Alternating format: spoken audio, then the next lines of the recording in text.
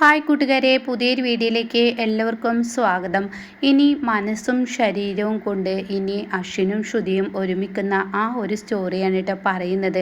അങ്ങനെ അശ്വിനും ശ്രുതിക്കിടയിലെ ഒരു പിണക്കം വന്നു ചേരുകയാണ്. അതായത് ഷ്യാമിനെ കുറിച്ചുള്ള സത്യങ്ങളെല്ലാം അശ്വിൻ ശ്രുതിയുടെ മുഖത്തടിച്ച് പറയുന്ന ആ ഒരു റിവ്യൂ ഞാൻ മുമ്പ് പറഞ്ഞിരുന്നല്ലോ. അപ്പോൾ കാണാത്തവരുണ്ടെങ്കിൽ ചാനൽ എടുത്ത് നോക്കിയാൽ കാണൂ കേട്ടോ. അങ്ങനെ ആ സത്യങ്ങളെല്ലാം ഇങ്ങനെ അശ്വിൻ ചോദിക്കുമ്പോൾ ശ്രുതി പറയുന്നുണ്ട്, ഞാൻ ഒരിക്കലും അയാളെ സ്നേഹിച്ചിട്ടില്ല എന്ന സത്യം വെളിപ്പെടുത്തുന്നുണ്ട് കേട്ടോ. പക്ഷെ അശ്വിൻ അത് വിശ്വസിക്കില്ല. അശ്വിൻ അത് വിശ്വസിക്കാൻ കഴിയില്ല. അശ്വിൻ പറയുന്നത്, നീ സ്നേഹിച്ചിട്ടുണ്ട്, അതുകൊണ്ടല്ലേ എൻ്റെ ചേച്ചിയെ ഒഴിവാക്കി വാ എന്ന് നീ ഷ്യാമിനോട് പറഞ്ഞത് എന്ന് പറയുന്നുണ്ട് കേട്ടോ. അങ്ങനെ പിന്നീട് അശ്വിന് ഇങ്ങനെ അശ്വിനോട് എത്ര പറഞ്ഞിട്ടും അശ്വിൻ വിശ്വസിക്കുന്നില്ലെന്ന് കാണുമ്പോൾ ശ്രുതി ഒരുപാട് തവണ അശ്വിനോട് മിണ്ടാൻ വേണ്ടി ശ്രമിച്ചു നോക്കൂ കേട്ടോ. പക്ഷേ എപ്പോഴൊക്കെ അശ്വിന് മിണ്ടണമെന്നുണ്ട്. പക്ഷെ തൻ്റെ ചേച്ചിയോട് ചെയ്ത ക്രൂരത ആലോചിച്ച് അശ്വിൻ പിണങ്ങി ശ്രുതിയുടെ അരികിൽ നിന്ന് പോവുകയാണ് കേട്ടോ. ഇതേ സമയം അശ്വിന് പെട്ടെന്ന് ഈ ഒരു കമ്പനിയുടെ ഒരു ഓഫീസ് കാര്യത്തിന് വേണ്ടി അശ്വിന് പെട്ടെന്ന് ബോംബെയിലോട്ടോ ഡൽഹിയിലോട്ടോ അങ്ങനെ ഏതോ ഒരു സ്ഥലത്തോട്ട് പോകേണ്ട ഒരു അവസ്ഥ വരികയാണ് കേട്ടോ. അപ്പോൾ ഈ സമയം ശ്രുതിയോട് മാത്രം അത് പറയാതെ അശ്വിൻ പോവാണ് കേട്ടോ. എന്നാൽ ഈ സമയം എയർപോർട്ടിലെത്തുമ്പോൾ അശ്വിന് ഭയങ്കര വേദനയാവണം. താൻ ശ്രുതിയോട് പറയാതിരുന്നത് വളരെ തെറ്റ് തന്നെയാണ്. ശ്രുതിയോട് താൻ പറയണമായിരുന്നു എന്നിങ്ങനെ ചിന്തിക്കുകയാണ്. ഈ സമയമാണെങ്കിലോ അശ്വിൻ വരുന്നില്ലെന്ന് ആകാശ് പറഞ്ഞിട്ടുണ്ടാവും കേട്ടോ. അശ്വിൻ ഇങ്ങനെ മീറ്റിംഗ് ആയതുകൊണ്ട് തന്നെ ഓഫീസിൽ നിന്ന് പെട്ടെന്ന് അങ്ങോട്ടേക്ക് എത്തണം പറഞ്ഞിട്ട് അശ്വിൻ എയർപോർട്ടിലോട്ട് പോയി എന്നുള്ള സത്യങ്ങളൊക്കെ വെളിപ്പെടുത്തണം കേട്ടോ. അപ്പോൾ ഇത് കേൾക്കുമ്പോൾ ശ്രുതിക്ക് ഭയങ്കര സങ്കടമാവണം. അങ്ങനെ ശ്രുതി ഇങ്ങനെ ഇരുന്ന് പൊട്ടിക്കരയാണ് കേട്ടോ. തൻ്റെ നിരപരാധിത്വം അശ്വിന് മുന്നിൽ തുറന്ന് പറഞ്ഞിട്ടും തന്നെ വിശ്വസിക്കുന്നില്ലല്ലോ അശ്വിൻ. പക്ഷേ അയാൾക്ക് എന്നോട് എവിടേക്കോ ഒരു സ്നേഹമുണ്ട്, പക്ഷെ അത് തുറന്ന് കാണിക്കാത്തത് തൻ്റെ ചേച്ചിയോടുള്ള ഇഷ്ടം കൊണ്ടാണെന്ന് ശ്രുതി മനസ്സിലാക്കിയിരിക്കുന്നു കേട്ടോ. അപ്പോൾ അങ്ങനെ ശ്രുതി ഇരുന്ന് കരയുന്ന സമയത്താണ് അശ്വിൻ്റെ ഫോൺ കോൾ വരുന്നത് കേട്ടോ. അപ്പോൾ ശ്രുതി ആ ഫോൺ എടുക്കുകയാണ്. അപ്പോൾ അശ്വിൻ പറയുകയാണ്, ഞാൻ പോവുകയാണ്, എനിക്ക് കമ്പനി കാര്യത്തിന് പെട്ടെന്നൊരു മീറ്റിംഗ് ഉണ്ട്, അതുകൊണ്ട് ഞാൻ ബാംഗ്ലൂരിലോട്ട് പോവാമെന്ന് പറഞ്ഞിട്ട് അശ്വിൻ ഈ ഫോൺ വിളിച്ചിട്ടാണ് കട്ട് ചെയ്യാണ് കേട്ടോ. ഇതോടുകൂടി ശ്രുതിക്ക് ഒരു സമാധാനമാവണം. ഈ സമയം ശ്രുതി ഇങ്ങനെ പറയുന്നുണ്ട്, ഇന്ന് പോകണോ എന്നിങ്ങനെ അശ്വിനോട് ചോദിക്കുന്നുണ്ട് കേട്ടോ. അങ്ങനെ അശ്വിൻ എയർപോർട്ട് കടന്നിരിക്കുകയാണ്. അപ്പോൾ ആ സമയം അശ്വിൻ ഇങ്ങനെ പാസ്പോർട്ടൊക്കെ കൊടുത്തിട്ട് ഉള്ളിലോട്ട് കയറിയ സമയം അശ്വിന് തോന്നണം, ഇല്ല ഞാൻ പോകുന്നില്ല എന്ന് അശ്വിന് തോന്നണം കേട്ടോ. അങ്ങനെ അശ്വിൻ തിരികെ വരികയാണ്. ഈ സമയം ശ്രുതിയോട് അശ്വിൻ പറഞ്ഞിട്ടുണ്ടാവും, ബാംഗ്ലൂരിൽ എത്തിക്കഴിഞ്ഞാൽ ഞാൻ വിളിക്കാം എന്നിങ്ങനെ പറഞ്ഞിട്ടുണ്ടാവും കേട്ടോ. പക്ഷേ ശ്രുതിയുടെ ഉള്ളിൽ ആരോ ഇരുന്നിങ്ങനെ പറയുന്നു, തൻ്റെ അശ്വിന് എന്തോ ആപത്ത് വരാൻ പോകുന്നു, തൻ്റെ അശ്വിൻ്റെ യാത്ര തടയണം, അവരവിടെ എത്തില്ല എന്നുള്ള ആ ഒരു സൂചന ഇങ്ങനെ ശ്രുതിയുടെ കൃഷ്ണൻ ഇങ്ങനെ തന്നോട് പറയുന്നത് പോലെ ശ്രുതിക്ക് ഇങ്ങനെ തോന്നുന്നുണ്ട്. അങ്ങനെ ശ്രുതി അശ്വിന് എത്തേണ്ട ഏകദേശം സമയമായി. പക്ഷേ അശ്വിൻ്റെ വിളി വരുന്നില്ല. പക്ഷേ അശ്വിന് വിളിക്കുമ്പോഴൊക്കെ സ്വിച്ച് ഓഫ് എന്നിങ്ങനെ കാണിക്കുന്നു. എയർപോർട്ടിൽ ഫ്ലൈറ്റ് കയറുന്ന സമയത്തിന് മുന്നേയൊക്കെ അശ്വിൻ ഫോൺ സ്വിച്ച് ഓഫ് ചെയ്തിരിക്കുക. ഇത് തൻ്റെ മനസ്സ് വല്ലാതെ വേദനിപ്പിക്കുകയാണ് കേട്ടോ. അങ്ങനെ ഈ സമയം ഇതിന് മുന്നേ തന്നെ ആദ്യം ഈ ഷ്യാം ആരാണെന്നുള്ള സത്യം ഏകദേശമൊക്കെ അശ്വിൻ അറിയുന്നുണ്ട് കേട്ടോ. അങ്ങനെ അശ്വിൻ അറിഞ്ഞിട്ടാണ് ശ്രുതിയെ വിട്ട് ഇങ്ങനെ അശ്വിൻ ഈ ബാംഗ്ലൂരിലോട്ട് പോകുന്നത്. അപ്പോൾ ഈ സമയം മനോരമ ഏകദേശം ശ്രുതിയെ സ്നേഹിച്ച് തുടങ്ങിയിട്ടുണ്ടാവും കേട്ടോ. അങ്ങനെ ഈ പറയുന്ന എനിക്കാണ് ശ്രുതിക്ക് ഏക ഒരു കൂട്ട്. അങ്ങനെ ആകാശ് വന്നിട്ട് പറയാണ്, എത്തേണ്ട സമയമായിട്ടും ആ മീറ്റിങ്ങിന് നമ്മുടെ അശ്വിൻ എത്തിയിട്ടില്ല എന്നുള്ള വിവരമാണ് കിട്ടിയിരിക്കുന്നതെന്ന് പറഞ്ഞിട്ട് ഇത് കേൾക്കുന്ന ശ്രുതി പൊട്ടിക്കരയാണ് കേട്ടോ. അശ്വിൻ എന്തോ ആപത്ത് സംഭവിച്ചിരിക്കുന്നു, എൻ്റെ അശ്വിനെ ആരോ എന്തോ ചെയ്തിരിക്കുന്നു എന്നിങ്ങനെ പറയുന്നുണ്ട് കേട്ടോ. അപ്പോൾ ഷ്യാമാണെങ്കിൽ അവിടെ ഉണ്ടല്ലോ, അതുകൊണ്ട് തന്നെ ശ്രുതിക്ക് ഷ്യാമാണോ അല്ലേ എന്നുള്ള സംശയം തൻ്റെ മനസ്സിലിങ്ങനെ ഇടയ്ക്കിടയ്ക്ക് ഇങ്ങനെ വന്നുകൊണ്ടിരിക്കുകയാണ് കേട്ടോ. അങ്ങനെ ഈ സമയം ഇനിയിപ്പോൾ എന്ത് ചെയ്യും, താൻ തൻ്റെ അശ്വിനെ രക്ഷിക്കാൻ എന്നുള്ള ആ ഒരു വേവലാതിയോട് കൂടി ശ്രുതി നിൽക്കുകയാണ്. അപ്പോൾ എനിക്ക് പറഞ്ഞ് നമ്മളെ കൊണ്ട് പറ്റുന്ന സഹായമൊക്കെ ഞാൻ ചെയ്തുതരാം, എന്തായാലും ഞാൻ തിരയാം എന്നൊക്കെ പറഞ്ഞിട്ട് എനിക്ക് പറ്റുന്നത് പോലെയൊക്കെ അശ്വിനെ തിരയും കേട്ടോ. പക്ഷേ യാതൊരു വിവരം കിട്ടില്ല. ലാസ്റ്റ് ശ്രുതിക്ക് കൂട്ടായി മനോരമയാണ് കേട്ടോ എത്തുന്നത്. അങ്ങനെ പിന്നീട് ശ്രുതി നേരെ വിരൽ ചൂണ്ടുന്നത് ഷ്യാമിൻ്റെ അടുത്തോട്ടായിരിക്കും കേട്ടോ. ഷ്യാം തന്നെ ആയിരിക്കും അശ്വിനെ കടത്തിക്കൊണ്ട് പോയിട്ടുണ്ടാവുക. അതിനെന്ത് ചെയ്യും, അതിനെന്തെങ്കിലും ഒരു വഴി കണ്ടെത്തണം എന്നിങ്ങനെ ശ്രുതി തീരുമാനിക്കുകയാണ്. അങ്ങനെ ഷ്യാം അറിയാതെ ശ്രുതി ഇങ്ങനെ ഷ്യാമിനെ ഫോളോ ചെയ്തുകൊണ്ടിരിക്കുകയാണ്. അപ്പോഴാണ് ആ സത്യം ശ്രുതി മനസ്സിലാക്കുന്നത് കേട്ടോ.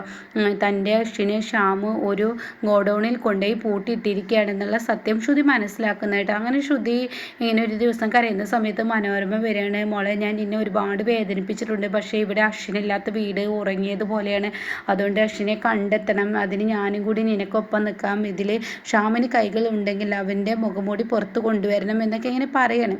അങ്ങനെ ഈ സമയം ഇവർ രണ്ടുപേരും കൂടിയിട്ട് ഷാമിനെ പിന്തുടർന്നിട്ട് ഇങ്ങനെ പോവാണ്. അങ്ങനെ ഷാമിനെ പിന്തുടർന്ന് പോകുമ്പോൾ കുറച്ചങ്ങ് പോകുമ്പോൾ പിന്നീട് ഷാമിനെ കാണില്ല കേട്ടോ. അങ്ങനെ ഷാമിനെ കാണാതാകുമ്പോൾ ഇവരുടെ ആ ഒരു പ്രയത്നം, അതായത് ഷാമു മനസ്സിലാക്കിയിരിക്കുന്നു തന്നെ ഫോളോ ചെയ്ത് ഇവർ വരുന്നുണ്ടെന്ന്. അങ്ങനെ പിന്നീട് ഒരു ദിവസം കാണാം ശ്രുതിയുടെ ഫോണിലോട്ട് അശ്വിൻ്റെ ഫോൺ കോൾ വരുന്ന കേട്ടോ. അപ്പോൾ ശ്രുതി പെട്ടെന്ന് ഏതാ നമ്പർ എന്നറിയാതെ ശ്രുതി എടുക്കണം. ഹലോ എന്ന് ചോദിക്കുമ്പോൾ ശ്രുതി ഇത് ഞാനാണ്. അപ്പോൾ ഉടൻ തന്നെ എന്താ എന്ന് ചോദിക്കുമ്പോൾ എന്നെ നീ രക്ഷിക്കണം, ഞാൻ ഇത് ഏത് സ്ഥലമാണെന്ന് അറിയില്ല, ഒരു ഒഴിഞ്ഞൊരു ഗോഡൗണിലാണ് ഞാനുള്ളത് എന്നൊക്കെ ഇങ്ങനെ ശ്രുതിയോട് പറയാനായിട്ട്. അപ്പോൾ ശ്രുതി ചോദിക്കുന്നുണ്ട് ആരാണ് കൂടെയുള്ളത്, ആരാണ് അശ്വിൻ എന്നെ തട്ടിക്കൊണ്ട് പോയിരിക്കുന്നത്, അതൊന്നും എനിക്കറിയില്ല, ഇന്നേ വരെ ഞാൻ ആളെ കണ്ടിട്ടില്ല, ആരാണെന്ന് എനിക്കറിയില്ല, പക്ഷേ ഞാൻ ഇവിടെ ഒരു ഗോഡൗണിലാണ്, എനിക്ക് ചുറ്റുപുറം മതിലുകൾ കൊണ്ട് പണിതിരിക്കുന്നു, അതുകൊണ്ട് ഈ സ്ഥലം ഞാൻ ഇന്നേ വരെ കണ്ടിട്ട് പോലുമില്ല, ഇതിൻ്റെ ഇപ്പുറത്ത് എന്താണെന്ന് എനിക്കറിയില്ല എന്നൊക്കെ പറയുമ്പോൾ എന്തെങ്കിലും ഒരു സൂചന എനിക്ക് തരാൻ കഴിയുമോ എന്ന് ചോദിക്കുമ്പോൾ കാണാം ശ്രുതി സംസാരിക്കുമ്പോൾ ശ്രുതിയുടെ അടുത്ത് നിന്ന് ഒരു മണി മുഴങ്ങുന്ന ഒരു ശബ്ദം, അതായത് ഒരു ക്രിസ്ത്യൻ പള്ളിയിലെ ആ ഒരു മണി ഇങ്ങനെ മുഴക്കുന്ന ഒരു ശബ്ദമായിരിക്കട്ടെ. അപ്പോൾ ആ ഒരു ഭാഗത്ത് തന്നെയാണ് ശ്രുതി ഇങ്ങനെ നിന്ന് സംസാരിക്കുന്നത്. അപ്പോൾ ഈ ഒരു മണിമുഴക്കും ഫോണിലൂടെ കേൾക്കുന്ന മണിമുഴക്കും ശ്രുതിക്ക് രണ്ടും ഒരുപോലെയായി തോന്നട്ടെ. അങ്ങനെ ശ്രുതി യെസ് അശ്വിൻ നീ ഞാൻ നിൽക്കുന്ന ഇവിടെ എവിടെയുണ്ട്, അതെനിക്കറിയില്ല നീ എവിടെയാണെന്ന്, അപ്പോൾ ഇന്ന ഭാഗത്താണ് ഞാനുള്ളത് എന്നിങ്ങനെ അശ്വിനോട് പറയുമ്പോൾ അശ്വിൻ പറയണം അവിടെ ഒരു ഒഴിഞ്ഞ ഗോഡൗൺ ഉണ്ട്, അതിലായിരിക്കും ഒരു പക്ഷേ എന്നെ കൊണ്ടുവന്നിട്ടുണ്ടാവുക എന്ന് പറയട്ടെ. അപ്പോൾ ശ്രുതി നീ തനിയാണോ എന്ന് ചോദിക്കുമ്പോൾ യെസ് ഞാൻ തനിയെ വന്ന് എൻ്റെ അശ്വിനെ ഞാൻ രക്ഷിക്കും എന്നിങ്ങനെ പറയാനേട്ടാ. അങ്ങനെ അശ്വിനെ എന്ത് ചെയ്യുന്നു, അശ്വിൻ്റെ അടുത്തോട്ട് ശ്രുതി ഇങ്ങനെ പതുക്കെ ആ ഗോഡൗണിലോട്ട് ഇങ്ങനെ കയറി വരുമ്പോൾ തന്നെ ആരോ പിന്തുടർന്ന പോലെ ശ്രുതിക്ക് ഇങ്ങനെ തോന്നണം. അങ്ങനെ ശ്രുതി ഒരു ചെടികൾക്കുള്ളിൽ അങ്ങ് നിൽക്കുകയാണ്. ഇതേ സമയം അയാൾക്ക് തോന്നിയതാവാന്ന് കരുതി അയാൾ പിന്നോട്ട് പോവുകയും ചെയ്യും കേട്ടോ. പിന്നീട് ശ്രുതി പതുക്കെ ഇങ്ങനെ കയറി വരുമ്പോൾ അശ്വിൻ കാണാൻ ഒരു ടീഷർട്ട് മാത്രം ഇട്ടിട്ട് അശ്വിനെ പെരുത്തിയിട്ട് അശ്വിൻ ഒരു ഗോഡൗണിൽ ഇങ്ങനെ ഇരിക്കുന്നതായിട്ടാ. അങ്ങനെ ശ്രുതി എന്ത് ചെയ്യാണ്, ഒരു ഷീറ്റ് മേഞ്ഞ വൈക്കോല് പോലെയുള്ള സാധനങ്ങളൊക്കെ ഇങ്ങനെ ലോഡ് ചെയ്തിരിക്കുന്ന ഒരു സ്ഥലമായിരിക്കട്ടെ, അതിനുള്ളിലായിരിക്കും ഇങ്ങനെ അശ്വിൻ നിൽക്കുന്നത്. അപ്പോൾ ശ്രുതിയാണെങ്കിൽ ആ ഷീറ്റിൻ്റെ മുകളിലൂടെ നോക്കുമ്പോൾ കാണാൻ തൻ്റെ അശ്വിൻ ചുരുണ്ട് മടങ്ങി അവിടെ കിടക്കുന്നതായിട്ടാ. അപ്പോൾ ശ്രുതി അശ്വിൻ എന്ന് പറഞ്ഞിട്ട് ശ്രുതി പതുക്കെ വിളിക്കണ്ട. അപ്പോൾ അശ്വിൻ തിരിഞ്ഞ് നോക്കുമ്പോൾ ശ്രുതിയെ കാണണം. ഇതേ സമയം അശ്വിന് വാക്കുകളില്ല. ഇന്നേ വരെ തൻ്റെ ശ്രുതിയാണെന്ന് കരുതി, തൻ്റെ ഭാര്യയാണെന്ന് കരുതി താൻ നെഞ്ചോട് ചേർത്ത് പിടിച്ചിട്ടില്ല. ആ ഒരു ഇതോടുകൂടി അശ്വിൻ ഓടി വന്ന് ശ്രുതിയെ അങ്ങ് പിടിക്കാൻ ഒരുങ്ങുമ്പോഴേക്കും ഇപ്പുറത്തുനിന്ന് ഗുണ്ട വന്ന് അശ്വിൻ്റെ പിറകിലോട്ട് അടിക്കാനായിട്ട്. അപ്പോഴേക്കും അശ്വിന് ഇങ്ങോട്ട് തിരിച്ചു അവന് നല്ല കണക്കിന് കൊടുക്കുന്നുണ്ട്.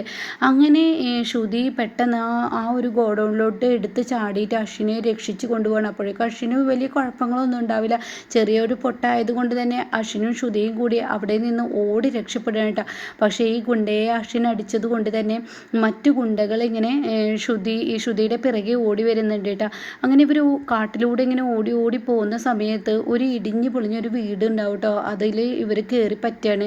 ഇതേ സമയം അവിടെ കുറേ പഞ്ഞികളും അതുപോലെ തന്നെ കുറേ വൈക്കോലുകളും അതുപോലെ ഒരുപാട് സാധനങ്ങൾ ഇങ്ങനെ കൂമ്പാരമാക്കി ഇട്ടിരിക്കുന്ന ഒരു സ്ഥലമായിരിക്കും കേട്ടോ.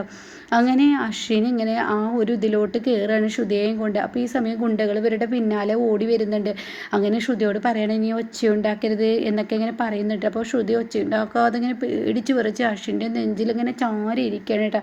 ഇതേ സമയം ഗുണ്ടകൾ അതിൻ്റെ നാല് പുറം നടന്നിട്ട് അവരങ്ങ് പോവാണ് കേട്ടോ. അതോട് കൂടിയിട്ട് ശ്രുതി പറയണ അശ്വിൻ അവർ പോയി, എൻ്റെ ഫോണും കാണുന്നില്ല, ഓട്ടത്തിൽ എൻ്റെ ഫോണും പോയിരിക്കുന്നു, നമുക്കിത് വിളിച്ച് പറയാൻ ആരോട് എന്നൊക്കെ പറയുമ്പോൾ അശ്വിൻ പറയണ ശ്രുതി ഇന്നേ വരെ നീ എൻ്റെതാണെന്നുള്ള ആ ഒരു തോന്നൽ ഉള്ളിലേ ഉണ്ടായിരുന്നുള്ളൂ, പക്ഷെ ഞാനത് പുറത്ത് കാണിച്ചിരുന്നില്ല, പക്ഷേ ഇനി നീ ഇല്ലാതെ എനിക്ക് ജീവിക്കാൻ കഴിയില്ല എന്നൊക്കെ പറഞ്ഞ് ശ്രുതിയുടെ കവിളുകൾ ഇങ്ങനെ കൂട്ടിപ്പിടിക്കാനായിട്ട് അശ്വിൻ.